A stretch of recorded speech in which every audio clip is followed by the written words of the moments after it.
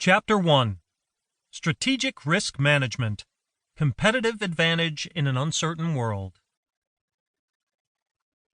At 4:19 a.m. on January 18, 1978, the roof of the Hartford Civic Center collapsed under the weight of the previous day's heavy snowfall.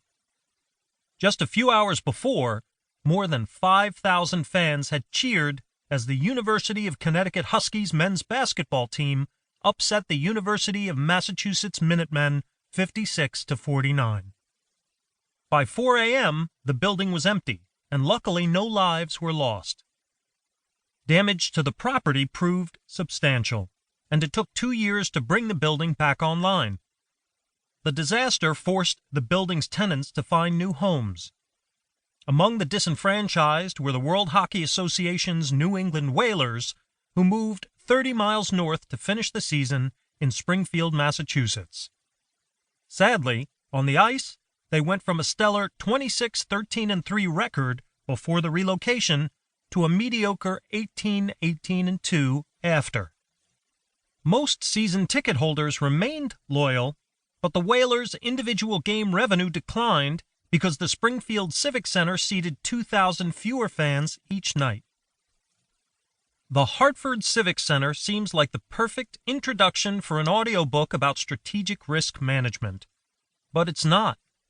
We have a hazard, the snow event, a loss event, the roof collapse, risk transfer, the city of Hartford certainly had insurance on the building, and loss mitigation, the Whalers moved to Springfield.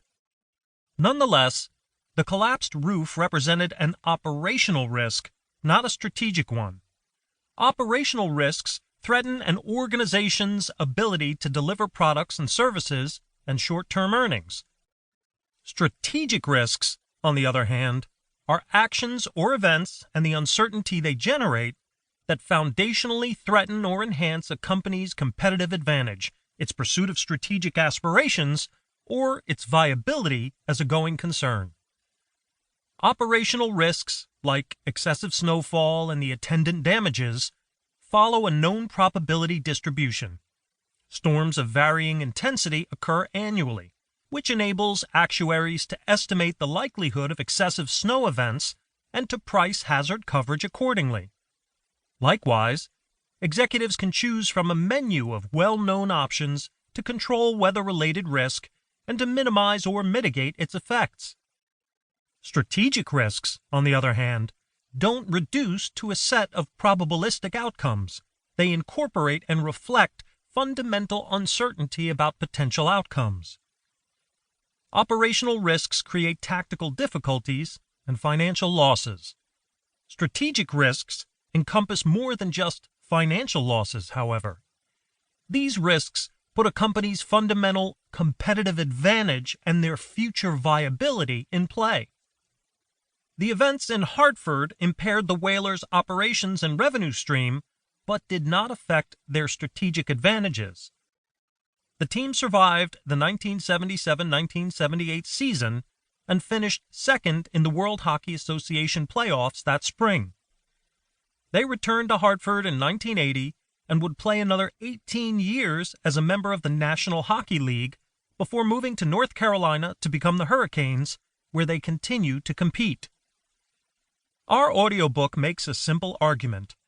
When executive teams link strategy and its risks, they'll better create new and protect existing business value in an increasingly uncertain world.